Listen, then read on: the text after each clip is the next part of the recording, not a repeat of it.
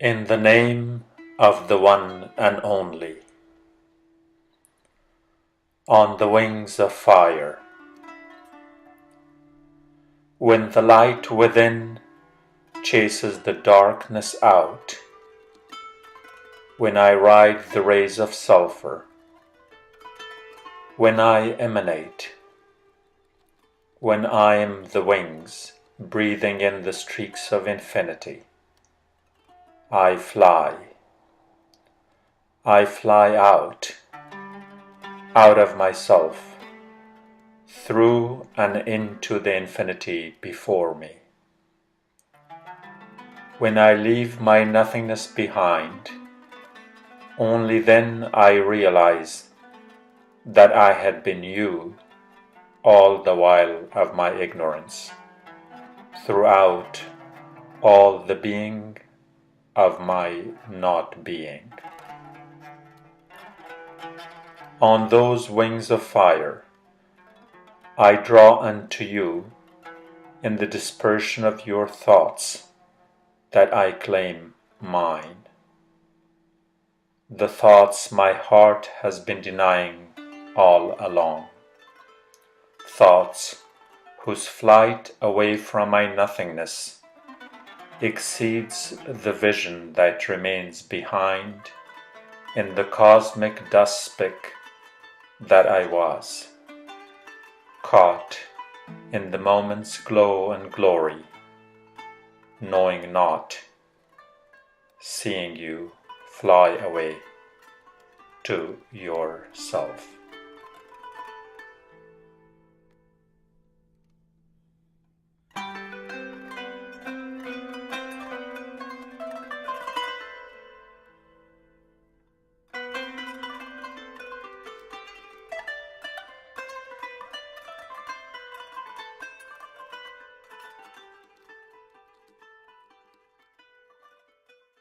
Flying away to the self is the idea of understanding as to who we are and what is that we seek. And we usually go out of ourselves and out of our way in trying to look for that which we seek without, not knowing that that which we seek might have always been within. And Rumi is one such person who had tried to explain these thoughts in various ways, just like other scholars, thinkers, poets throughout history. But before he became a poet, and before he fell in love, he was a teacher. And teachers have a bad habit of explaining things and sometimes over-explaining things. And I'm sure some of you are here to testify to that. So the best way of a kind of a rhetorical discourse in a culture that we have out of necessity called the Islamic culture, because we went from a Christian perspective in Europe. But the people who lived within the boundaries of that culture never applied the term Islamic in their history to themselves. It was a confluence of cultures with pluralism, with diversity of religion, race, ethnicity, language, and everything. And so in that kind of a setting, sometimes the best medium to express the thought was to use a kind of a narrative, an anecdote, a story. And here is Rumi's story. There was a merchant who had a beautiful parrot. And one day the merchant decided to go on a trip to India. And in the metaphorical realm of that culture, I refer to the Islamic culture, India symbolized paradise, a concept that was later borrowed by even European scholars like John Milton and others, who simply used the geographic India, not the spiritual one. So before his departure, the merchant was asking his servants and maids and everyone, what gifts would they like to get when he comes back from India. And then he comes to the parrot and tells the parrot, what would you like? What message do you have, and what would you like me to bring back to you as a gift? The parrot says to him that when you go to India, look in the forests and gardens and trees, look for parrots like me. And when you find them, give them my greetings. Give them my regards and tell them that I'm bound to this cage. I'm imprisoned here. I'm trapped here. I envy you because I'm sure you're flying over boughs of trees and rose gardens and having all the fun. Is that fair?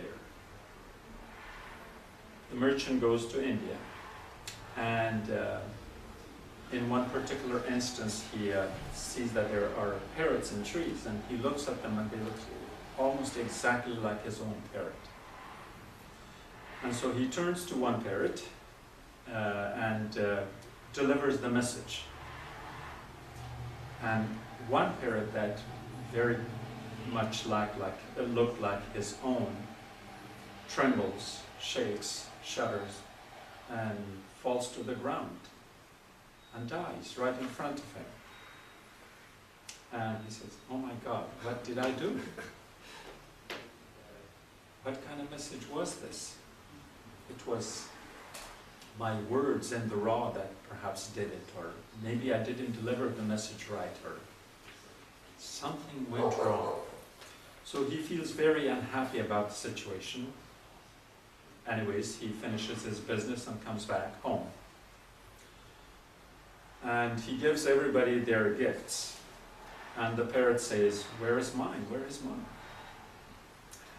I'm sure he repeats it more than 2 times. So the merchant goes over to the parrot and says, I'm very sorry I didn't bring you anything, because I encountered this very unpleasant situation. And the parrot says, oh, master, don't worry, tell me, what happened, what happened? He says, no, it was so bad, it's very sad, I can't tell you. So the parrot insists, and the merchant obliges and tells him what happened. And after he tells the whole encounter with that parrot in the forest, his own parrot shudders, trembles, and falls down as dead. So the merchant goes through the whole ordeal one more time, saying, like, what is going on here? Every time I utter these words, these birds die. That other bird that was in India, but look at my own beautiful bird, my nightingale. It was singing, it was nice and all that. And so after he does all the wailing and crying and mourning, he takes the parrot out of the cage, and he says, well, it's dead, so he tries to throw it away.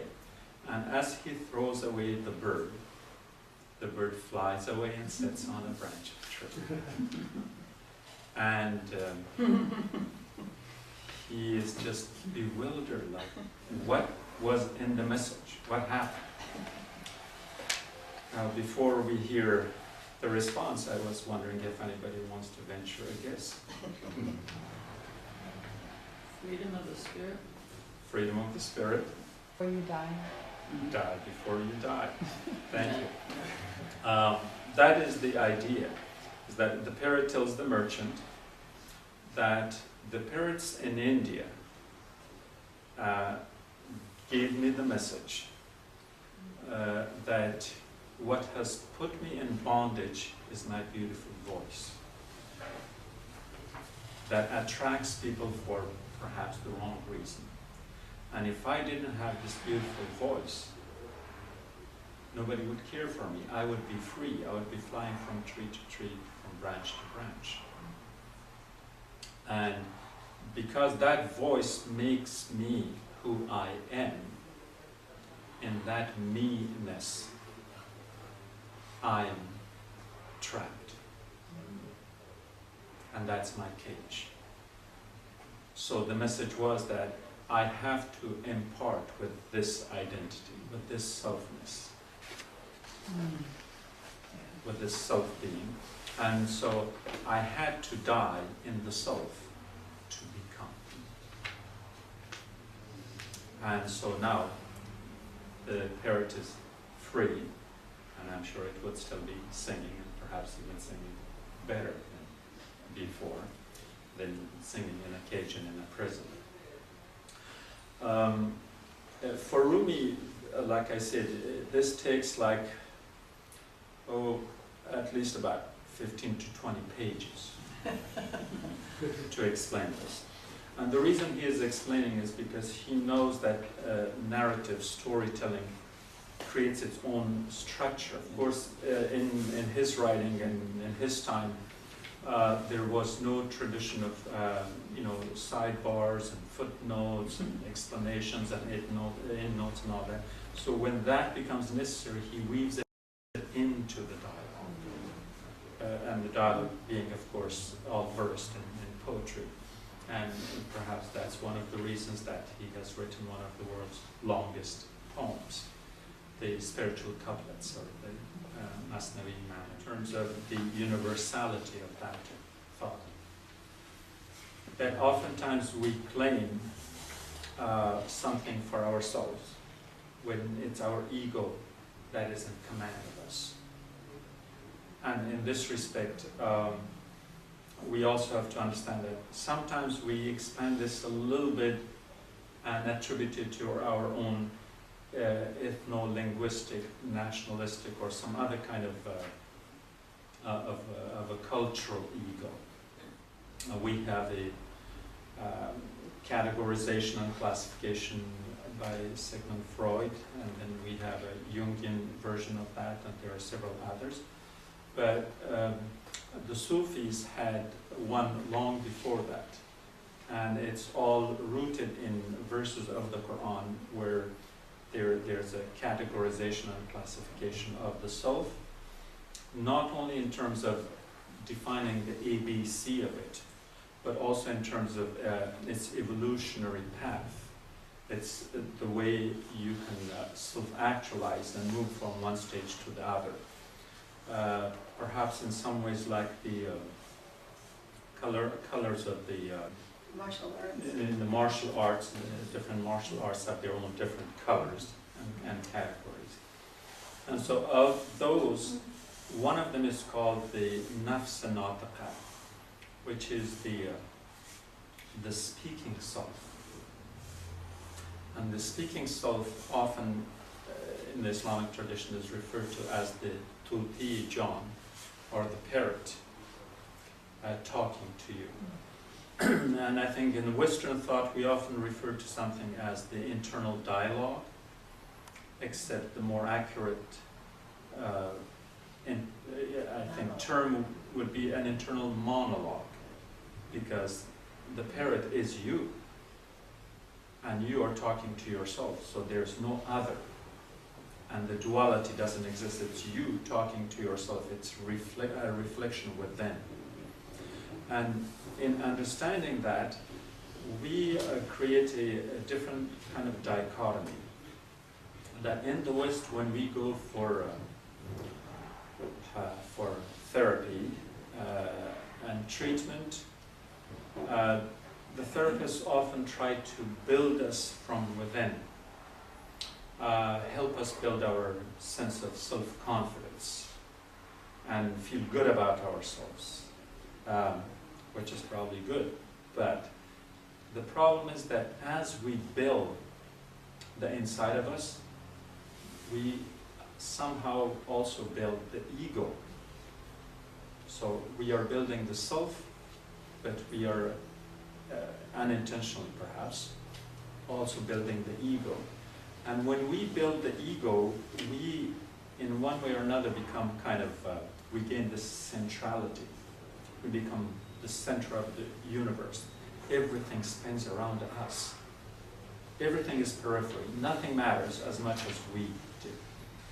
And in that, we fall into the trappings of greed,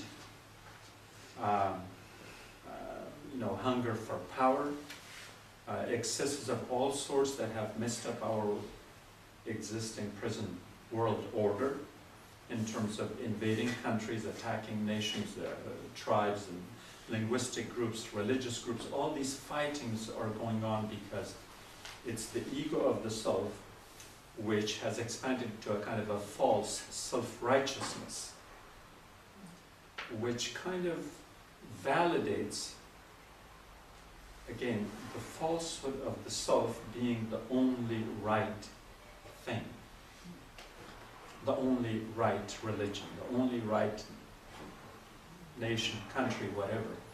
And we create a kind of an exceptionalism, which becomes a tool in the hands of those who have the power. And the more power they have, and the bigger their ego, the more hurtful they become, and the more lopsided this world order is as we see it. So the idea is that most of us, especially those of us who are in a position of power, either do not listen to the parrot, to the monologue, and we have kept it trapped there. So our centrism, that of course we have studied in history. Take Eurocentrism, for instance. It's the self that was expanded into a nation and into Europe, for example, and from there on it went to the whole world. But even then we thought this world, this earth, was the center of the solar system. No, not just that, of the whole universe. The whole universe was created around Earth because it was ours. And even though we have evolved, scientifically speaking, into a stage where we understand that we are not the center, but we still behave as though we are the center. And so to tie this back to the argument I started with in terms of therapy, the Sufis in the Islamic culture used their own therapeutical method, what they call the tariqa, or the path to perfection, or towards perfection more appropriately, is one where you deny this ego expanding, growing, and becoming more powerful. You understand your peripheral position, your peripheral role. Not that you're not significant, but your you-ness doesn't matter. It matters only in the totality of the wholeness, which is out of you, and therefore there is another center. And that center is called the God-centered universe. And the God doesn't have to be perceived as a personified, humanized entity, but rather a totality that is beyond the human perception. And so long as you are thinking in the context of that totality, with having a center outside of you, not within you, then you try to spin around that center, as we did earlier with the candlelight ceremony here. So that candlelight there, that is the center, symbolically for us, and we all spin around it. And in spinning around it, we become part of it, and then we become one. And then the ego is marginalized and is pushed out to the other side. And now if you can look at it, comes from a saying of Prophet Muhammad, who said, "Mutu qabla an tamut," die before you die. That is kind of the bedrock, the center, the basis of all the various versions of thought. بمیرید در این عشق بمیرید، در این عشق چو مردید همه روح پذیرید. بمیرید و از این نفس ببرید که این نفس چو بند است و شما همچو اسیرید.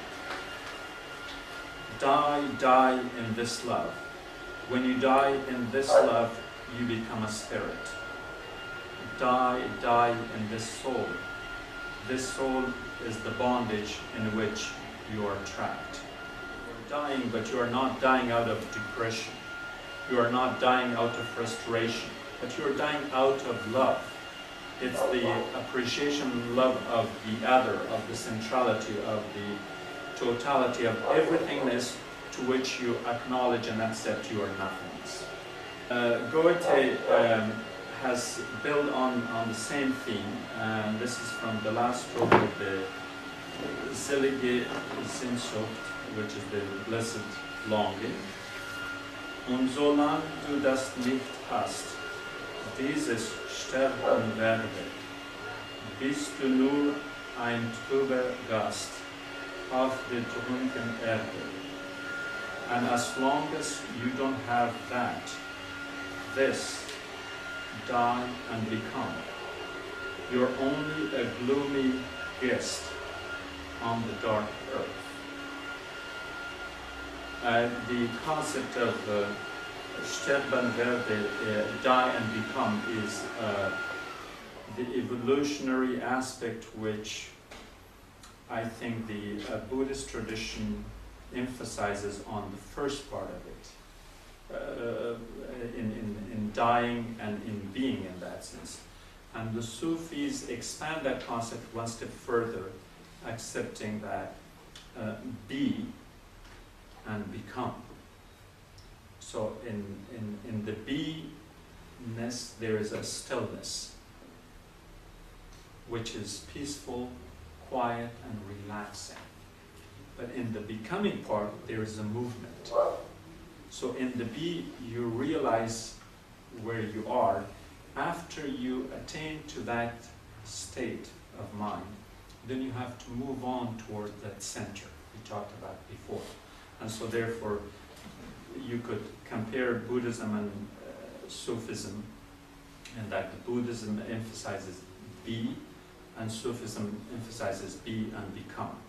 And the becoming cannot be possible unless, of course, you have died in the self first, which is what Goethe is saying. And this has also been mentioned by André Gide after the death of Madeleine Rodot, his fiancée wife, when he titled the book that he wrote about her as Si le grain ne meurt. And that is, si le grain de formant ne meurt, après qu'on l'a jeté en terre, il demeure seul, mais s'il meurt, il porte beaucoup de fruits. Which comes from St. John chapter 12-24.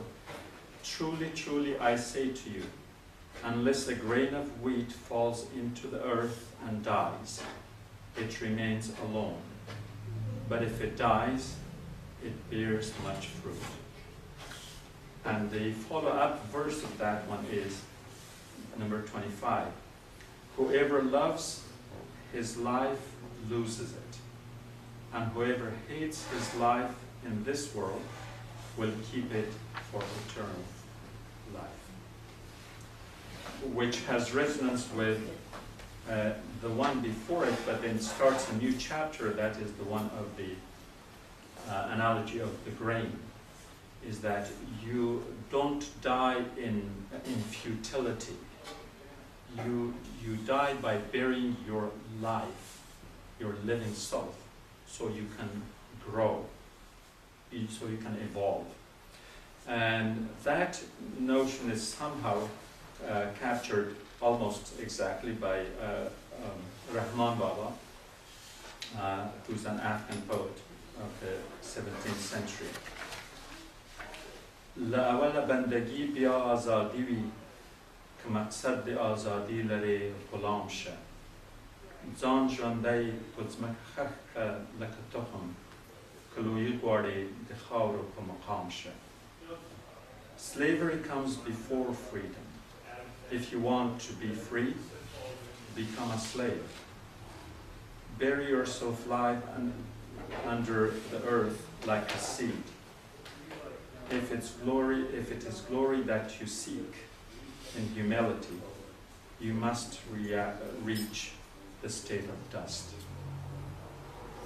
And in this case, slavery is the reference to giving up on your, not so much your independence as such, but your individuality. Because you cannot become part of the flow, that cosmic harmony, unless you have given up your individuality. So you have to become one of the many. And in that case, you've kind of become a slave to that flow. And Rumi, in a different place, makes that reference to another analogy where it says that like a drop in the ocean goes with the flow, with the high and with the low tide. But it still keeps its own individuality as a drop. It contains every feature in terms of ingredient and chemical makeup and all that of the whole ocean. So the drop does represent the whole ocean. And so in this case, you do become a slave as part of the ocean, and then you become individual as the drop. And the second half of this, which talks about burying yourself alive, that is pretty close to what St. John had said. But from there we move on to Kabir, who is probably personifies the concept of interfaith more than anyone else. People never found out whether he was a Muslim or a Hindu or a Buddhist. And he espoused all the ideas. He was probably Hindu, and he deliberately chose the name Kabir, which is a Muslim name, to make sure that he's not claimed by anyone. And yet, when he's gone, of course, in India, people are fighting over his identity, that he is ours, going back to the idea of self-centeredness. Mine, of course. So he says, give up your pride, seek knowledge. He who finds the true teacher. As says Kabir, rare is the swan who sings his swan song before the death bell's toll. And then we also have Lalan Fakir of Bengal. We are going further east in the Indian subcontinent. If you can die before your death, life's veils shall end. If you want to learn how, the true murshid you must find now. And to help us operate within the reality to which we are used, because when we say nothingness, we feel uncomfortable finding our own space in there. And so we sort of, if I can use the term, we space out. So in order for us not to space out and to sense our beingness within the context of a space, we point to a direction. And Muslims do that through their prayer, Mecca being the center. And all Muslims pray in that one direction. And when they stand side by side, they are forming a circle circles around the world. All these circles, these concentric circles have one center, and that's Mecca. And so if we start praying here, we might create just a curve which is part of the circumference, and then it's become invisible until someone back in Berkeley, and I don't know, in Montana or somewhere else, might be forming that chain. So it goes from visible to invisible. Now, we are moving now back west here to Eckhart Tolle. He is a contemporary. Death is the stripping away of all that is not you. The secret of life is to die before you die and find that there is no death. And that is pretty much a paraphrase of what Rumi says. خویش را صافی کن از اوصاف خود تا ببینی ذات پاک صاف خود. And Mircea Eliade, who is a guru of the spiritual psychologists in many ways, especially in the scholarly and academic circles, as long as you have not grasped that you have to die to grow, you're a troubled guest on the dark earth. And this dark earth connects back with Goethe's word, the dark earth there. And perhaps a little bit of the European connection works there too. And so we conclude that with, if you die before you die, then you don't die when you die. Thank you. Thank you.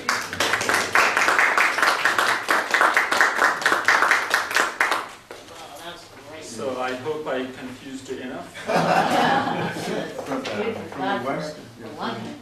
From a Western point of view, there's some challenges in what you're saying. Jung pointed this out as well. He said, for a Westerner, it's hard to take on the Eastern way of spirituality because that which you describe as the ego, from the Western point of view, can be attenuated, can be trained to serve the self, but you still need the ego to contain the self. In other words, as you speak here today to us, there's an ego that is being expressed, your ideas, etc. But we have to remove it from the power trip, etc. This is the spiritual work that the Westerner does to make sure that the ego doesn't rule the soul, but that the soul rules the ego. But the problem is when you say to remove the ego. I just want to say one more thing. In other words, I always had this question: if that is true, that we have to die before we find life, why did the Lord, or whatever we want to call that image, create us in this way? What's the purpose of the ego? Is the ego just to be destroyed? And if so, I have the other thing about the story with the parrot. Okay, he's given this beautiful voice to sing. Perhaps from the Western point of view, each of us are given a unique gift, a unique destiny to serve humanity with, not to do away with, but to realize that it's a gift from the Creator and to utilize it, not to say it's worthless or whatever. If it's a persona, if we identify with it and say this is us and we become proud about it, then we become indentured to it. You're correct. And we always have to have that inner monologue, dialogue, whatever it is, to make sure we're growing. And I do love the idea of the suggestion to be part of the whole, and that is very powerful to me, to wither, attenuate the ego. I just struggle with the fact that if we have a gift, the Western would say actualize it for God, actualize it, give it to humanity. This is your uniqueness, this is your destiny. Discover it and utilize it and separate it from an ego-boundedness and a persona that imprisons you and does truly make you die in this world. But there's another way to define life, by actualizing the gift rather than denying the gift. That's and that's not only for the next world or some other entity. It's right here, living in that zone, living with the gift. And as the Westerner said, there's always a tension with it, there's always a duality, where these feels it can actually reach that place of death within life. That's a little different. That's what I struggle with in terms of. It's a transcendence. It's a transcendence. Yes. We have a gift. Yes. If you are a musician or you're a teacher or you're a mechanic, whatever it is that you're doing, it's like you have the gift. But as you become one with that gift, you lose your own identity with it. It becomes you. And then there's a transcendence that happens. It transcends this ego self. and enters into the gift that it is of the divine. My best performance would be where I'm not performing. There is an experience in the room that is happening. It's transcendent about me. I initiated it by saying, I'm going to learn how to play the guitar, and I'm going to write a song, and I'm going to sing it for you. But in the process of doing that, my goal is to transcend that, and to allow the experience that is greater than just one person, that is unifying of the whole. That's a transcendent experience. I understand that and I accept that. I hear the brilliance also to say, oh, I was just trying to give a little nuance that we do start from the ego. The ego has some existence, and the question I always have is, what is the point of it? Is it to destroy it? Is it to utilize it? So Jung made a little distinction between the East and the West and said that we still do need the ego in some way to be tempered, as you're saying, and to reach that zone, the one they say. I think in respect to the East-West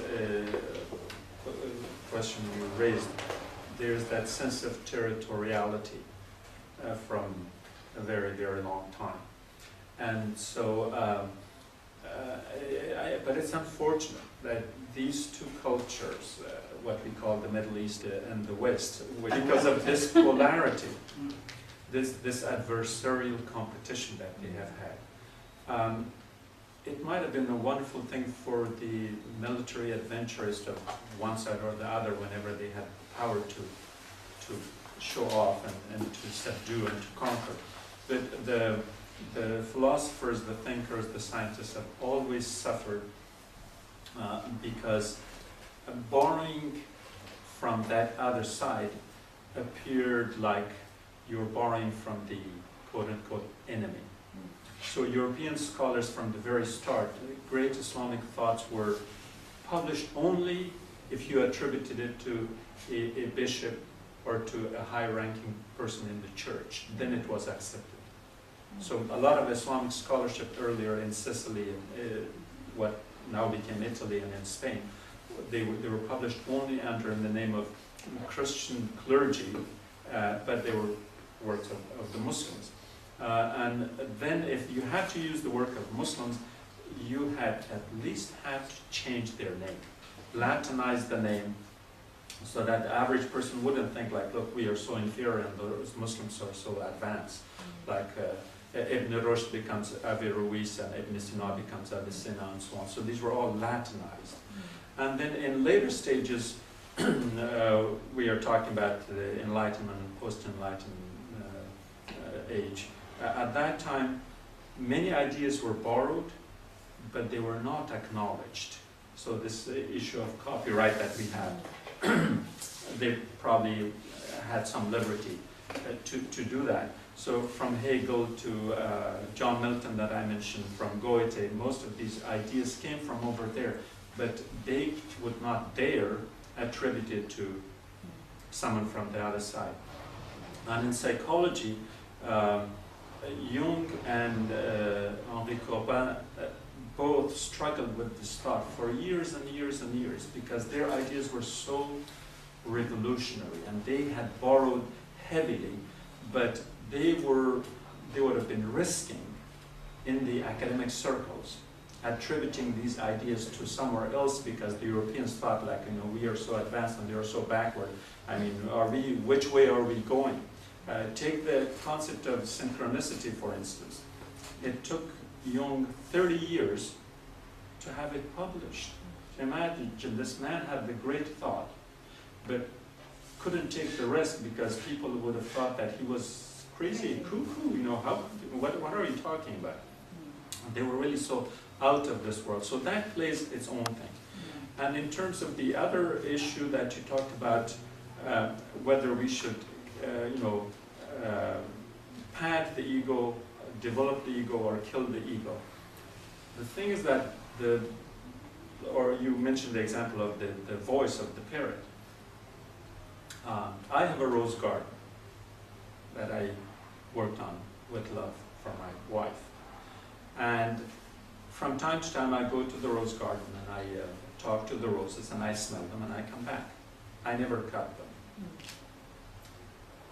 The idea is that whenever we see, say, a rose, we say, okay, this is beautiful only if I cut it, in other words, kill it, and bring it and put it in here, and that it has to serve me. That my serving me becomes the primary thing compared to its own existence. And I'm saying no. The rose has to remain rose and be happy where it is. If I want to be happy with that rose, I don't have to kill it.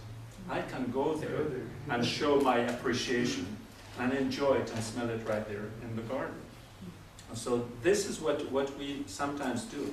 When you think about, I was listening to a report that at Duke University the cost of annual cost of tuition has gone to $60,000 per year. And a reporter was asking the official, like, I mean, how do you justify this? No, this, we spend a lot more on them. We are not charging them enough. What are your expenses? Well, because the rector of the university is paid $1 million annual salary. Whoa. Now, why? Oh, because if we don't hire him, somebody else is going to hire him. So we have sort of used this financial side of our economy. Our hospitals are operating on a business formula. Our institutions of learning are now. Everything, it's the corporate capitalism that is kind of creeping into every walk of our life. What it is, in essence, is our greed. How much can you have? And how long a life do you have to be able to spend it? Where the ego becomes unbridled, uncontrolled, and in charge of you, and it gains the centrality. You may claim something else, but you operate as you being the center of everything. Self is different from the personal ego, and to avoid all of that, yeah, we just have to put it in perspective. Ego, don't bother me. But he also said it's necessary to live on this level and function in the plane that we are, and so his solution was not to deny the ego, to flagellate yourself and say, I am nothing, but instead to clean it, as he put it, like a crystal, to the point where you can shine in a different way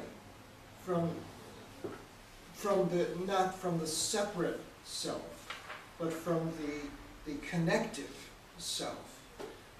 And so it's almost like polishing, the mirror. To purity. Yeah, and I think as simple as that analogy is, it does have a lot of truth in it. That we have to deal with things as they are on this plane, but we bring our own perceptions to it. And these are collectively enforced. So it's difficult to have an individual ego and grow in a healthy way anyway. But to have a healthy ego that says, I want to not even be separate but connected is even harder. And above that is even the spiritual growth, which says, okay, I may even be social, but now I want to be spiritual.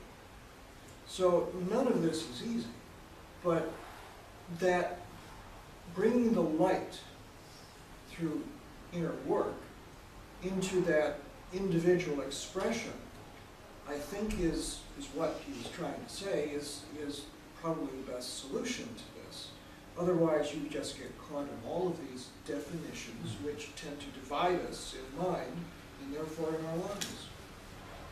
The more I come from Islamic faith too, and the more I study, the more I learn that it's not about killing it, it's not about getting rid of it, but it's about rather controlling it and using it for good. Because we were born, we do have it, but it's all a matter of perception. When you look at things, when you think of things, that's when the judgment walks in, and that's when the ego elevates. So it's all about controlling it rather than creating perceptions over every situation and thing. Just let things be as they are. It's a very hard thing to do. It's very hard. I think ego is absolutely essential, and that God's plan is that each of us is a manifestation, is this unique perspective on the universe. When you go and look at your roses, you're a being looking at those roses, appreciating those roses from your unique individual perspective. But what I think, I don't know if it has to die, what has to be understood is fear.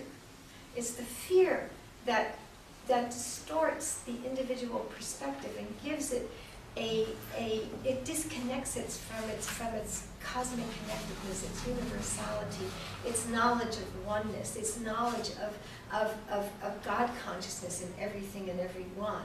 So and I feel like the source, the seed of that fear, is the getting caught in the perception of our skin, of our body as being separate. We think we identify with the body, but it's not that the body is wrong.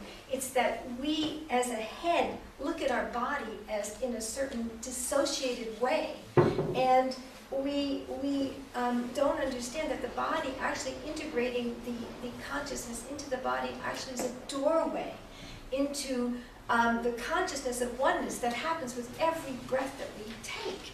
There's a knowledge of I am one with everything. So the center is everywhere, but we are our own center, and we have to claim our own center in order to really recognize the center that is everywhere, being the divinity that it is. And when we do that, there's a way that we are joyful and playful, and I feel like we fulfill the purpose for our being, unique expressions of the divine. Well, Leland said that the idea is to align the ego with the synthesis, with the higher self. And I've been thinking a lot about Freud now. It seems like Freud said the ego, the id, and some other thing. Superego. Superego, okay. And I was just wondering, ego, id, and superego are Freudian terms, right? He's the one that, what did they call it before Freud called it the ego? The problem with the translation to English, it's a bastardization of the original German. Bruno Bettelheim wrote a book on that. That he claims that Freud's id is closer to the soul, and das Ich, yeah. And what are the German words then? I'm blocking it now. Okay. One is das Ich, ICH, is one, was I think akin to the id, which is the soul, the deepest level, the instinctual level, which he said is real closer to the soul. And the ego is the more what we would call like the persona, the ability to connect to reality, the reality testing, and all kinds of functions that are related to it, thinking, feeling, deciding, etc. And the superego is the conscience that's developed in relation. Another way of looking at it is the adult is the ego, the superego is the parent, and the id is the child. That's when we talk about the ego. I think if the parrot is unhappy with his cage, this is critical, because he senses something in himself that was free at one time, or could fly and be free. So this is critical in that particular story. So I have nothing more to say except that's what incites the incident here for him to get this information. This is the message that the parrot who dies brings back to him. Do this, die, and then you'll be free. The other thing that I learned about the ego was similar to what you brought up, the control, but it's not control. It's the story of Ganesh and his mouse. Ganesh has, if you ever see the statue of Ganesh, there's a little mouse always somewhere in this. The Ganesh's vehicle, now I'm using vehicle as a kind of an analogy to ego. It's our vehicle, we ride around in it. You know, it's not us, but we ride in it, we use it to get to places. Ganesh's vehicle is the mouse. He rides the mouse. Now, you would think of a personage like Ganesh, I mean, he'd have a chariot, he'd have horses, he'd have a... But he's such a magnanimous, wise character that he has tamed, not controlled, but tamed that little mouse with a bowl of sweets. The mouse now serves him, and he rides the vehicle. And that's the way I like to see the ego. Thank you. I can use you and let's go forward together.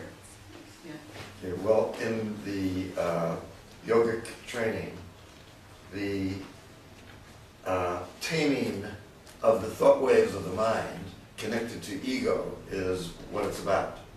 And so you don't stop, but you learn how to control and to taming is a good word. You think of the wild fluctuation of a wild dog out there running around, and you're trying to tame the dog. Come, the dog doesn't come.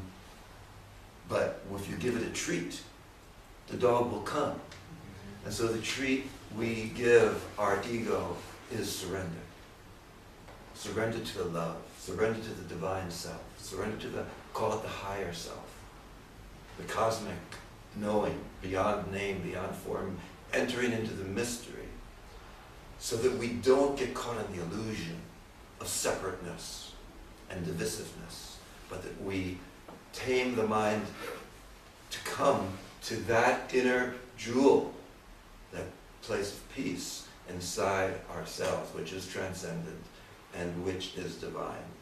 And so we merge with that divine presence. We die in order to resurrect into that beautiful state, which in terms of the yogic practices is called bliss, ananda, higher consciousness, samadhi, so forth.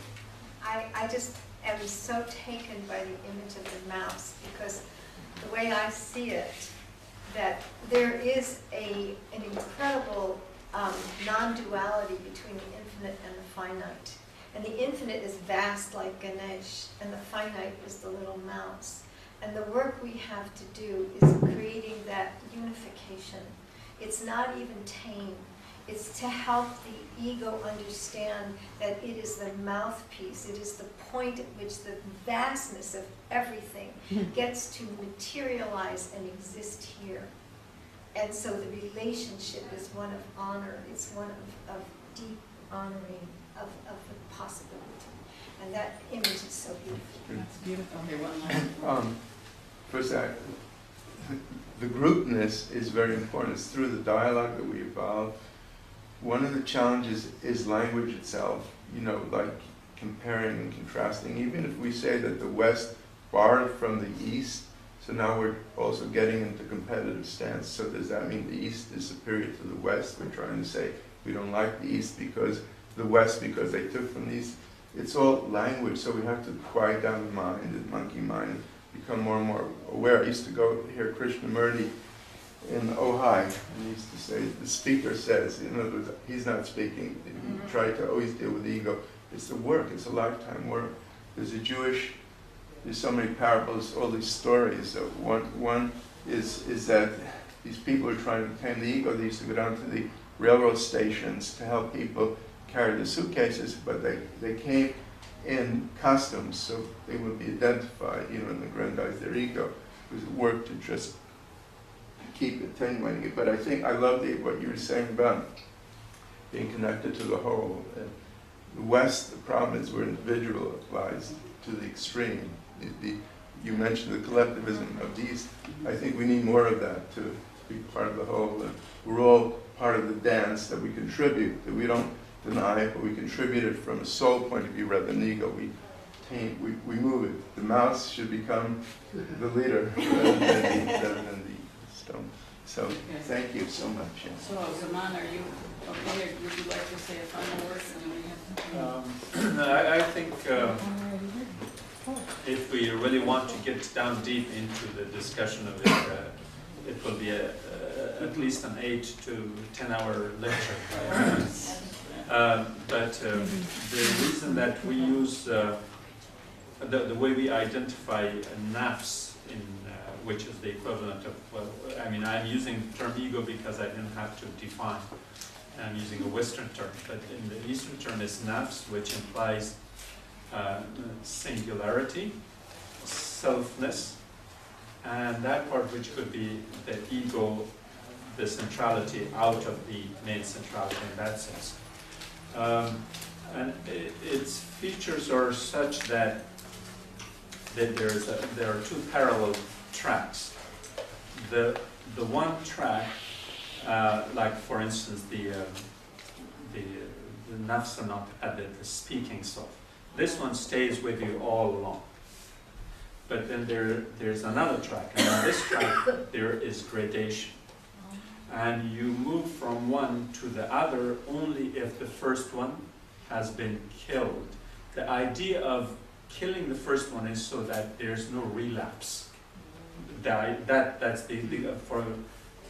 in order to kind of instill that thought within you, is to kill this stage so you don't have to come back to it. There is a vertical track in which every characteristic of that self continues throughout all the stages. And then there's a horizontal breakdown which is evolutionary. You move from the blue belt to red belt and whatever the colors might be, to use the analogy of the karate championship things. In that case, you have to evolve from one stage. You have to have achieved everything here as a prerequisite in order for you to move to the next one.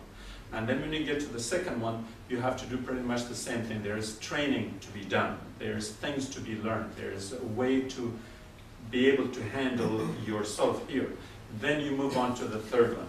And the fourth is a very complex issue, like I said, that I can't explain it here. I'm using the word ego very loosely just because I don't have the time to explain what nafs is. In that sense, I think all your analogies, whatever helps you understand, spoken, but I haven't spoken it detailed enough to kind of put a stamp on it that this is how Sufism defines. Thank you very much. We give a hand.